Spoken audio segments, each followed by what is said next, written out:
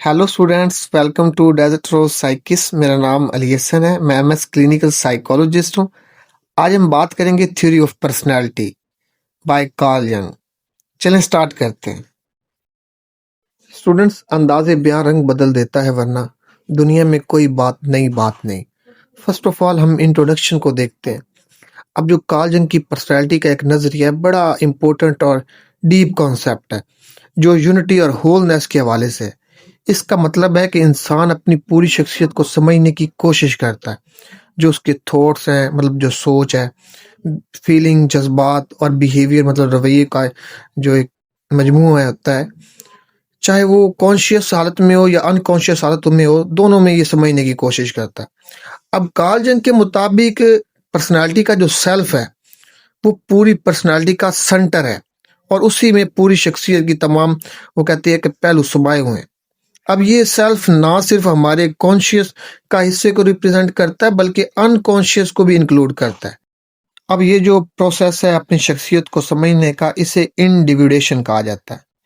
इस प्रोसेस में इंसान अपने आप को समझने की कोशिश करता है और अपनी जिंदगी के मकसद को दरियाफ्त करता है।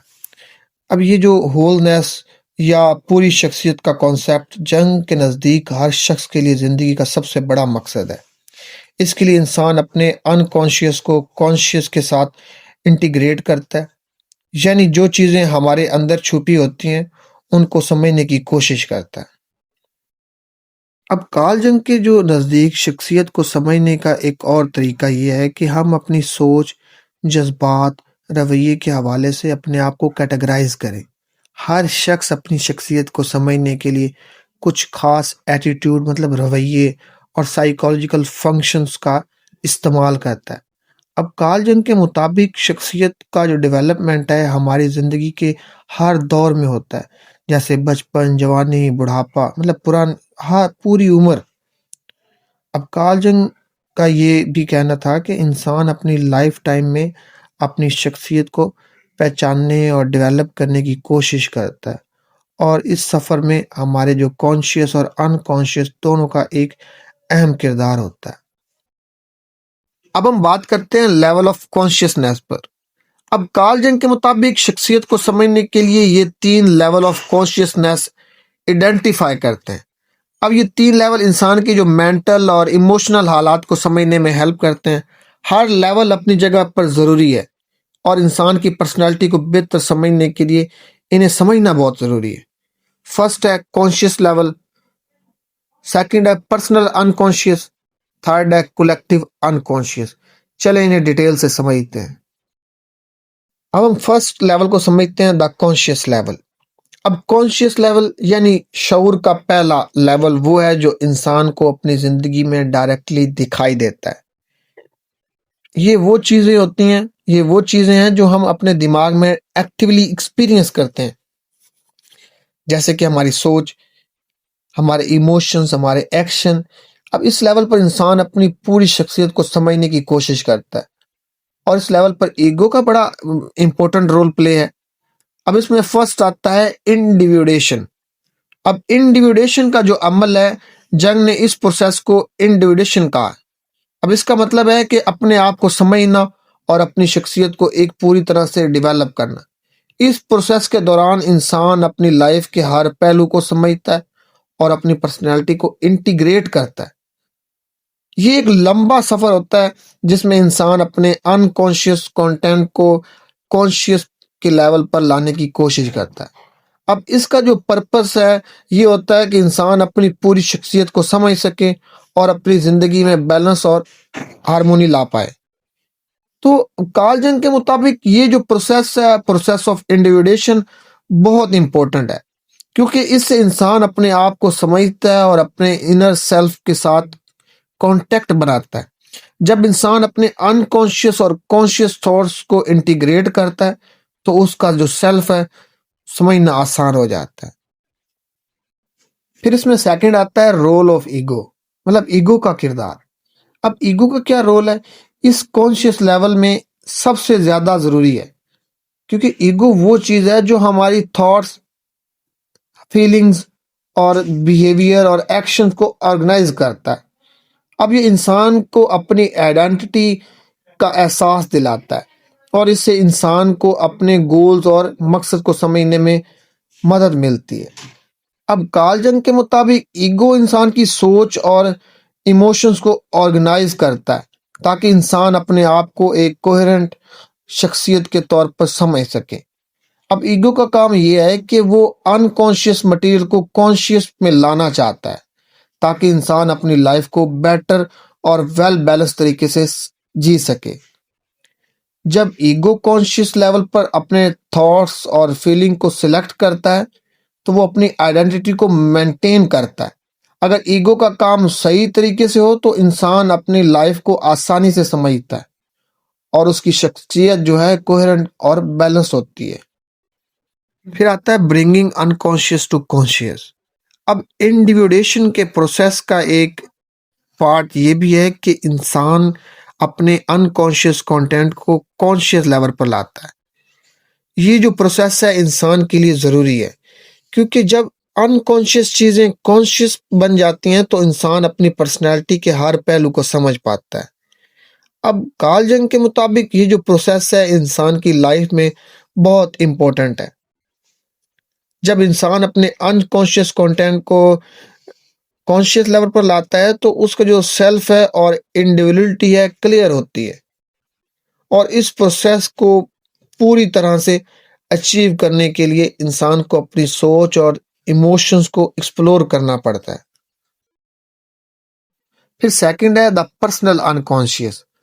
पर्सनल अनकॉन्शियस वो लेवल है जो कॉन्शियस लेवल के बाद है। इसमें वो चीज़ें, थॉट्स, फीलिंग्स और मेमोरीज होती हैं जो हमारे कॉन्शियस लेवल से बाहर होती हैं। ये वो चीज़ें होती हैं जो हम याद नहीं कर पाते या फिर जो हमारे कॉन्शियस माइंड से छुपी रहती हैं। अब इसमें ये 3 पॉइंट्स हैं जैसे कि मैंने पिछले में भी बताए हैं 3 पॉइंट्स। इसमें क्या है, एक्सपीरियंसेस इन पर्सनल अनकॉन्शियस। अब पर्सनल अनकॉन्शियस में बहुत सी चीज़ें स्टोर्ड होती हैं। अब ये चीज़ें किसी भी इंसान की ज़िंदगी का एक पार्ट होती हैं जो शायद उन्होंने अपने कॉन्शियस लेवल पर याद ना हो उन्हें। अब ये मेमोरीज कभी ट्रैवल होती हैं या फिर उनका जो एक रिलेशन है किसी पुरानी एक्सपीरियंस से होता है जो अब के लिए इररेलेवेंट है, मतलब ज़रूरी नहीं है। लेकिन ये एक्सपीरियंस फिर भी इंसान की ज़िंदगी में बड़ा एक इम्पोर्टेंट रोल प्ले करते हैं। जैसे कि पर्सनल अनकॉन्शियस में वो चीज़ें भी शामिल होती हैं जो इंसान के लिए इमोशनली चार्ज होती हैं। अब जैसे कि अनरिजॉल्व कॉन्फ्लिक्ट और कॉम्प्लेक्स जो उसके जहन में छुपे होते हैं। अब ये चीज़ें अक्सर हमारे ख्वाबों में हमें सामने आती हैं। जैसे अगर इंसान की लाइफ में कोई इमोशनल इशू हो तो वो अनकॉन्शियस लेवल पर स्टोर हो जाती हैं और फिर ख्वाबों के ज़रिए निकल कर बाहर सामने आती हैं। इस तरह पे सेकंड है कॉम्प्लेक्सेस इन पर्सनल अनकॉन्शियस। अब कार्ल जंग ने कॉम्प्लेक्स का कॉन्सेप्ट डेवलप किया जो वो थॉट्स या जो फीलिंग्स हैं होती हैं हमारे अंदर जो एक इमोशनल इम्पैक्ट डालती हैं इंसान पर। कॉम्प्लेक्स वो इमोशनल एक्सपीरियंस होते हैं जो हमारे पर्सनल अनकॉन्शियस में स्टोर्ड होते हैं। अब ये कॉम्प्लेक्सेस इंसान के लिए बहुत सिग्निफिकेंट होते हैं क्योंकि जब ये अनकॉन्शियस मटेरियल सरफेस पर आता है तो इंसान के बिहेवियर और डिसीजन पर असर डालता है, इम्पैक्ट डालता है। अब कार्ल जंग के मुताबिक कॉम्प्लेक्स का जो कोर होता है वो आर्चिटाइपल होता है, मतलब आर्चिटाइपल होता है, मिसाली होता है, जैसे एलिमेंट्स से बना होता है। अब इसका मतलब है कि पर्सनल अनकॉन्शियस के अंदर जो कॉम्प्लेक्स होते हैं उनमें कलेक्टिव अनकॉन्शियस का भी एक असर होता है। अब ये कॉम्प्लेक्स इंसान के दिमाग में एक इमोशनल एनर्जी क्रिएट करते हैं जो इंसान के बिहेवियर को इफेक्ट करते हैं। अगर ये कॉम्प्लेक्स जो है कॉन्शियस लेवल पर नहीं लाए जाते तो वो इंसान के लिए इमोशनल बर्डन बन सकते हैं। अब थेरेपी का एक इम्पोर्टेंट गोल ये होता है कि इंसान अपने कॉम्प्लेक्सेस को कॉन्शियस लेवल पर लाए ताकि उनका जो असर है उसकी ज़िंदगी पर कम हो सके। अब कार्ल जंग ने अपनी रिसर्च में कई ऐसे कॉम्प्लेक्सेस की एग्जांपल्स दी हैं जो लोगों के अनकॉन्शियस में होते हैं, जो लोग इनमें से कुछ कॉमन एग्जांपल हैं जैसे कि मदर कॉम्प्लेक्स। अब ये वो कॉम्प्लेक्स है जो किसी शख्स के जहन में माँ के इमेज से रिलेटेड होता है। अगर इंसान की माँ का रिलेशन उनके साथ बहुत क्लोज या बहुत दूर होता है तो ये कॉम्प्लेक्स इंसान की ज़िंदगी को इफ़ेक्ट करता है। फादर कॉम्प्लेक्स, अब ये वो कॉम्प्लेक्स है जो फादर के साथ रिलेशनशिप से निकलता है। अगर फादर के साथ इंसान का रिलेशनशिप पॉजिटिव या नेगेटिव होता है तो ये कॉम्प्लेक्स इंसान की पर्सनैलिटी को शेप करता है। स्वेयर कॉम्प्लेक्स, अब ये कॉम्प्लेक्स उस शख्स में होता है जो हर वक्त दूसरों की मदद करना चाहता है, चाहे उनको मदद की जरूरत हो या ना हो। अब ये इंसान अपने आप को दूसरों की मदद करने में अपनी पहचान समझता है। और एक होता है मार्टर कॉम्प्लेक्स, मतलब शदीद का कॉम्प्लेक्स। अब ये कॉम्प्लेक्स उन लोगों में होता है जो अपनी जिंदगी को दूसरों के लिए कुर्बान करते हैं या अपने आप को सेक्रीफाइस करते हैं। अब जंग का ये कहना था कि ये कॉम्प्लेक्सेस सिर्फ नेगेटिव नहीं होते, कुछ पॉजिटिव भी होते हैं। जैसे कि एग्जांपल के तौर पर अगर किसी को पॉलिटिकल पोजीशंस या पावर की कोशिश होती है तो उसे आप कह सकते हैं कि निपोलियनिक कॉम्प्लेक्स होता है। कहा जाता है कि जो पॉजिटिव रिजल्ट भी दे सकता है, जैसे कि वो इंसान अपने कम्युनिटी के लिए अच्छा काम कर सकता है। थर्ड है ट्रांससेंडेंट फंक्शन। अब जंग ने ट्रांससेंडेंट फंक्शन का कॉन्सेप्ट दिया। ये फंक्शन तब इमर्ज होता है जब इंसान अपने ओपोजिट्स को समझता है और उनको मुश्किल चीज़ों को समझने और सुलझाने का जो अमल करता है। अब ये जो एक प्रोसेस है इंसान को अपनी पर्सनैलिटी को डेवलप करने और अपनी अनकॉन्शियस और कॉन्शियस थॉट्स को इंटीग्रेट करने में मदद देता है।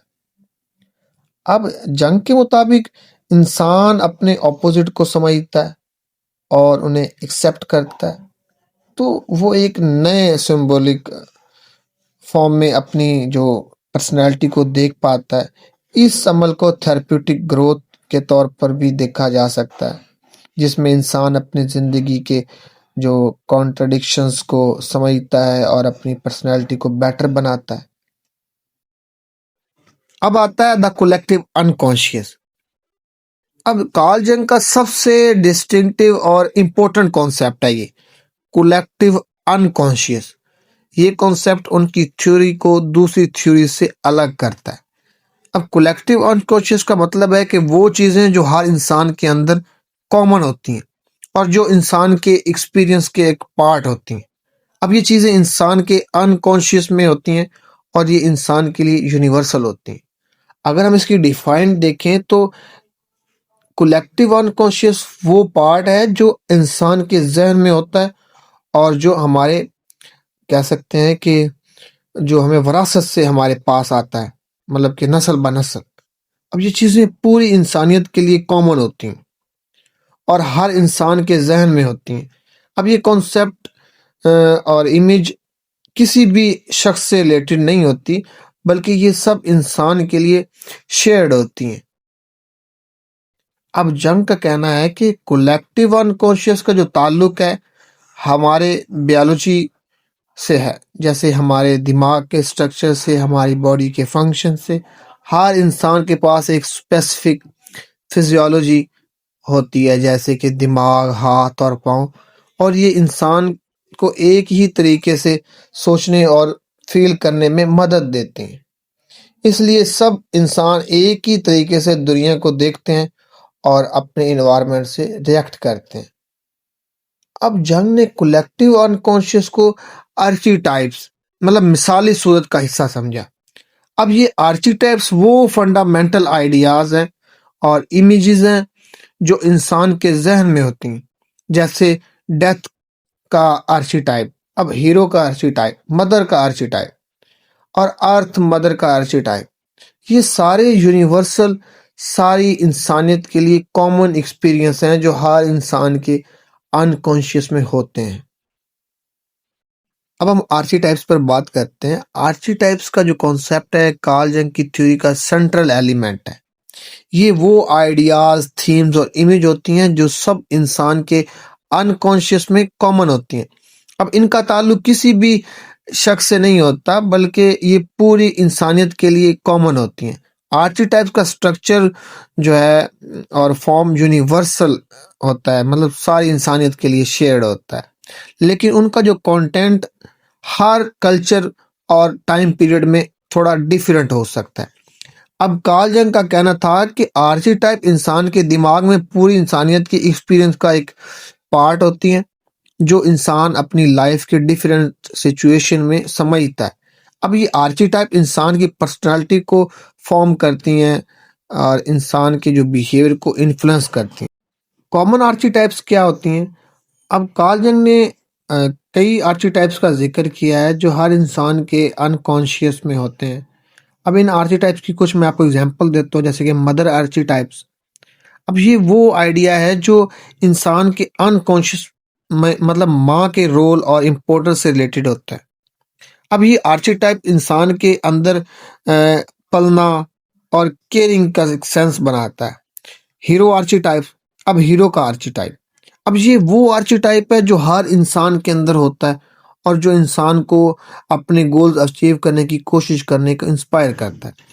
अब ये हीरो का जो आर्cheटाइप है इंसान को अपनी लाइफ के चैलेंजेस को फेस करने में मदद देता है। फिर है शैडो आर्cheटाइप। अब ये आर्cheटाइप इंसान के अंदर उसके नेगेटिव फीलिंग्स और इम्पल्सिस को रिप्रेजेंट करता है, जो अनकॉन्शियसली इंसान के बिहेवियर को इफेक्ट करते हैं। अब ये आर्cheटाइप इंसान को अपने डार्क साइड को समझने और उसे डील करने की कोशिश करता है। फिर आता है एनिमा और एनिमस आर्cheटाइप। एनिमा और एनिमस आर्cheटाइप, अब ये आर्cheटाइप इंसान के अंदर दूसरे जेंडर के ट्रेट को रिप्रेजेंट करते हैं। अब एनिमा मर्द के लिए और एनिमस औरत के लिए होता है। अब ये आर्cheटाइप इंसान के अंदर ऑपोजिट सेक्स के इमोशनल और साइकोलॉजिकल क्वालिटीज को डिफाइन करते हैं। फिर आता है रोल ऑफ आर्cheटाइप्स इन पर्सनैलिटी। अब आर्cheटाइप्स इंसान की पर्सनैलिटी को शेप करते हैं। ये इंसान के अनकॉन्शियस के अंदर होते हैं।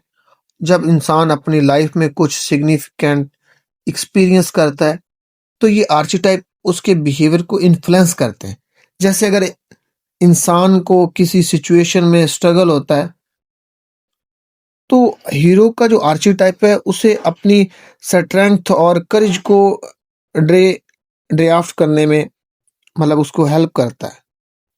तो जंग के मुताबिक क्या होता है कि जब इंसान अपने आर्cheटाइप को समझता है और उनके साथ अपनी लाइफ में काम करता है तो वो अपनी पर्सनालिटी को बेहतर समझता है या बेहतर समझ सकता है और अपनी इंडिविजुअलिटी को एक्सप्रेस कर सकता है। इस प्रोसेस को इंडिविजुएशन कहते हैं, जो कि अपनी प्योर शख्सियत को समझने और डेवलप करने का एक प्रोसेस है, एक अमल है। अब हम बात करते हैं पर्सनैलिटी, एटीट्यूड एंड फंक्शंस पर। अब जंग का जो पर्सनैलिटी, एटीट्यूड एंड फंक्शन का कॉन्सेप्ट है इंसान की पर्सनैलिटी को समझने में बड़ा हेल्प करता है। अब इसमें वो एटीट्यूड्स और फंक्शंस समझे जाते हैं जो हर इंसान की पर्सनैलिटी को शेप करते हैं। अब जंग ने इंसान की शख्सियत के दो मेन एस्पेक्ट आइडेंटिफाई किए हैं, एटीट्यूड और फंक्शन।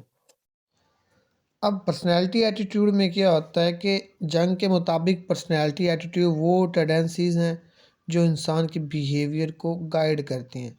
जंग ने दो main types of attitude define किए, एक्सट्रोवर्जन और इंट्रोवर्जन।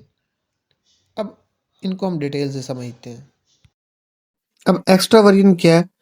एक्स्ट्रावर्टेड जो होते हैं इंसान अपनी एनर्जी, मतलब ताकत को बाहर की दुनिया, इन्वायरमेंट से लेते हैं।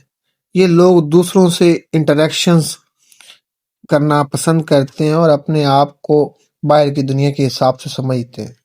अब एक्स्ट्रोवर्टेड इंसान ज़्यादा एक्टिव और जो एनर्जेटिक होते हैं और उनका जो फोकस होता है दूसरों और दुनिया पर होता है, मतलब लोगों पर। तो फिर सेकंड आता है इंट्रोवर्जन। अब इंट्रोवर्टेड जो इंसान है अपनी एनर्जी अपने अंदर से लेते हैं। ये लोग अपने आप से ज़्यादा कनेक्ट करते हैं और अपनी सोच और जज्बात पर फोकस करते हैं। इंट्रोवर्टेड इंसान ज़्यादा टाइम अपने आप को समझने में गुजार देते हैं और उनका जो फोकस होता है अपनी इनर वर्ल्ड पर होता है। अब जंग के मुताबिक हर इंसान को दोनों एटीट्यूड एक्सट्रोवर्जन और इंट्रोवर्जन का कुछ न कुछ हिस्सा होता है उनके अंदर, लेकिन एक एटीट्यूड ज़्यादा डोमिनेंट होता है। इंसान का जो डोमिनेंट एटीट्यूड होता है वो उसकी शख्सियत को शेप करता है। अभी हमने एटीट्यूड पर बात की, अब हम फंक्शंस पर बात करते हैं, पर्सनैलिटी फंक्शंस। अब जंग ने पर्सनैलिटी को समझने के लिए कुछ फंक्शंस को आइडेंटिफाई किया। अब ये इंसान की डिसीजन मेकिंग और परसेप्शंस का एक तरीका तैयार करते हैं। ये 4 फंक्शंस हैं: thinking, feeling, sensing and intuition. अब थिंकिंग में क्या होता है? थिंकिंग फंक्शन वो तरीका है जिसमें इंसान अपनी सोच को लॉजिकल तरीके से ऑर्गेनाइज करता है। अब ये फंक्शन इंसान को वर्ल्ड को समझने और प्रॉब्लम सॉल्व करने में मदद देता है। अब थिंकिंग फंक्शन यूज करने वाले इंसान अक्सर फैक्ट्स और इंफॉर्मेशंस को यूज करते हैं और अपनी डिसीजन लेने के लिए। फिर सेकंड आता है फीलिंग। अब फीलिंग फंक्शंस वो तरीका है जिसमें इंसान अपने इमोशंस और वैल्यूज को यूज करता है अपने डिसीजन लेने के लिए। अब ये फंक्शन इंसान की इमोशनल अवेयरनेस और कनेक्शन को दिखाता है। अब फीलिंग फंक्शन यूज करने वाले इंसान अपने इमोशन और दूसरों के इमोशंस को समझते हैं और डिसीजन इमोशंस के हवाले से मतलब जो डिसीजन इमोशंस के हवाले से लेते हैं। फिर आता है सेंसिंग, थर्ड। अब सेंसिंग फंक्शन वो तरीका है जिसमें इंसान अपने सेंस जैसे देखना, सुनना, महसूस करना, अ, छुपे हुए डिटेल्स को समझना यूज करता है। अब ये फंक्शन इंसान को अपने इन्वायरमेंट से रिएक्ट करने और उसकी छुपी हुई जो डिटेल्स है उसको समझने में मदद देता है। अब सेंसिंग फंक्शंस यूज करने वाले इंसान प्रैक्टिकल होते हैं और उनका फोकस प्रेजेंट पर होता है। फिर आता है इंट्यूशन। अब इंट्यूशन का जो फंक्शन है वो तरीका है जिसमें इंसान अपनी गट फीलिंग मतलब कि दिल की सुनना और अंदाजे को यूज करता है और किसी चीज को समझने के लिए ये फंक्शन इंसान को मतलब फ्यूचर और अब्स्ट्रैक्ट मुश्किल आइडियाज को समझने में मदद देता है। अब इंट्यूशन फंक्शन यूज करने वाले इंसान अपने इंटरनल फीलिंग्स और इंसाइट को यूज करते हैं। लास्ट है पर्सनैलिटी डेवलपमेंट। अब जंग का जो पर्सनैलिटी डेवलपमेंट पर ज़्यादा फोकस नहीं था, उनका ज़्यादा ध्यान अनकॉन्शियस और पर्सनैलिटी के डायमेंशन को समझने पर था। अब उनके मुताबिक पर्सनैलिटी डेवलपमेंट की स्टेजेस फ्राइड या इरेक्शन की थ्योरीज के मुकाबले में कम फेमस हुई। तो जंग ने ज़िंदगी के 4 बेसिक स्टेजेस बताए। मैं आपको एक एक करके समझाने की कोशिश करता हूँ। फर्स्ट है चाइल्डहुड। जंग ने 1954 में उनका कहना था कि बच्चों की जो साइकी एनर्जी असल में फितरती होती है। खाना खाना, सोना और इस तरह की जो बेसिक एक्टिविटीज़ है, पेरेंट का रोल ये है कि वो अपने बच्चों की एनर्जी को गाइड करें ताकि वो जो बेहुदा ना हो, बच्चे बेहुदा ना हो जाएं और उनमें कोई डिसिप्लिन रहे। अब जंग के मुताबिक बचपन के ज़्यादा जो प्रॉब्लम्स हैं घर के इश्यूज की वजह से होते हैं। अगर माँ बाप के प्रॉब्लम सॉल्व किए जाएं तो बच्चों को जो एक होता है ना डिसअबोर्डेंट बिहेवियर जो होता है और दूसरी प्रॉब्लम कम हो सकती है। फिर आता है एडोलसन। अब एडोलसन में बच्चे कई तरह की प्रॉब्लम का सामना करते हैं, स्कूल, कैरियर, इसके अलावा sexual thoughts, sexual feelings, instincts, sexual instinct आप कह सकते हैं। मतलब काफ़ी प्रॉब्लम जैसे कि ऑपोजिट सेक्स के हवाले से इनसिक्योरिटी फील करना। जवानी में लोग अक्सर ये सोचते हैं कि अगर उनके पास बचपन में इस तरह के काम को डिसीजन लेने का वक़्त होता कि तो वो अपने इश्यूज़ को आसानी से सॉल्व कर सकते। अब ये कॉन्फ्लिक्ट और डिसीजन जो एडोलसेंट्स फेस करते हैं वो उनके इंट्रोवर्जन और एक्सट्रावर्जन टेंडेंसी पर डिपेंड करता है। इस दौरान एडोलसेंट्स को अपने प्रॉब्लम को सॉल्व करते हुए अपने इफेक्टिव पर्सोना डेवलप करना पड़ता है। पर्सोना वो रोल है जो इंसान अपने लिए दुनिया के सामने अपनाता है। इस दौरान इंसान को अपने डोमिनेंट फंक्शंस को समझना होता है जो उनकी पर्सनैलिटी का असल एक पार्ट बन जाता है। अब जंग के मुताबिक जवानी में इंसान अपनी पर्सनैलिटी को डिस्कवर करता है और अपनी पर्सोना को समझता है। थर्ड है मिडल एज। अब जंग का मिडल एज में काफ़ी इंटरेस्ट था, क्योंकि उन्होंने अपनी ज़िंदगी में काफ़ी क्राइसिस इसी उम्र में फेस किए थे। उन्होंने अपनी अनकॉन्शियस लाइफ को अपने ड्रीम और क्रिएटिव वर्क के ज़रिए समझने की कोशिश की। जंग कहते हैं कि मेरे काफ़ी पेशेंट इसी उम्र के थे जो अपनी ज़िंदगी का मकसद तलाश कर रहे थे। अब मिडिल एज के दौरान इंसान अपनी कैरियर और फैमिली, कम्युनिटी में इस्टेब्लिश हो जाता है, लेकिन फिर भी वो अपनी लाइफ में किसी न किसी सेंस ऑफ मीनिंगलेस का एक शिकार होता है। कई ऐसे लोग जो वो कहता है कि जर्नल एनालिस्ट बनना चाहते थे, वो 20 साल के बाद मिडिल एज में ये काम शुरू करते हैं। तो जन ने ये एक कॉन्सेप्ट दिया था जो उस इंसान को डिस्क्राइब करता है जो अडोलसेंस से निकलकर सेल्फ रिस्पॉन्सिबल नहीं हो पाता। ऐसे लोग अपनी माँ से अनकॉन्शियस अटैच होते हैं।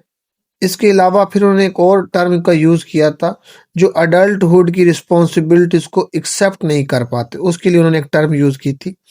ऐसे लोग क्रिएटिविटी और एनर्जी रखते हैं, लेकिन अपनी ज़िंदगी में मैच्योरिटी और सेल्फ रिस्पॉन्सिबिलिटी को अपनाने में थोड़ी मुश्किल का सामना करते हैं।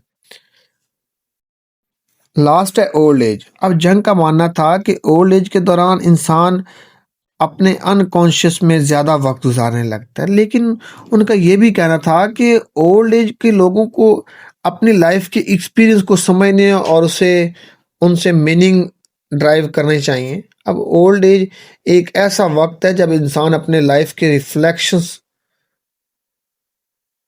करता है और विजडम डेवलप करता है। अब जंग के मुताबिक पूरी उम्र में इंसान अक्सर डेथ और मैच्योरिटी के टॉपिक्स को सोचता है, जो उनके राइटिंग और ड्रीम में भी अक्सर दिखाई देते हैं। तो जंग का ये मानना था कि साइकोलॉजिकल डेवलपमेंट पूरी ज़िंदगी भर होता रहता है। अब ये डेवलपमेंट कभी भी रुकती नहीं है, चाहे इंसान की उम्र कुछ भी हो। इसी तरह फिर एक जो जंक्शन एनालिसिस है, जंक्शन एनालिसिस में अनकॉन्शियस और पर्सनैलिटी की डायमेंशंस को समझना बहुत ज़रूरी होता है। ये समझना कि कैसे अनकॉन्शियस मटेरियल ड्रीम, फैंटेसीज और दूसरे ज़रिए से निकलते हैं। एक सेंट्रल फोकस होता है जंग के एनालिसिस का। अब जंग की पर्सनैलिटी थ्योरी का ओवरव्यू और इन एलिमेंट्स के एनालिसिस जंगियन साइकोथेरेपी के ज़रिए होता है। तो स्टूडेंट्स, उम्मीद करता हूँ आज का लेक्चर आपको समझ आया होगा। अगर आपको लेक्चर अच्छा लगा, चैनल को सब्सक्राइब करें, बेल आइकन को दबाना मत भूलें, वीडियो को लाइक करें, शेयर करें, कमेंट करें। Thank you.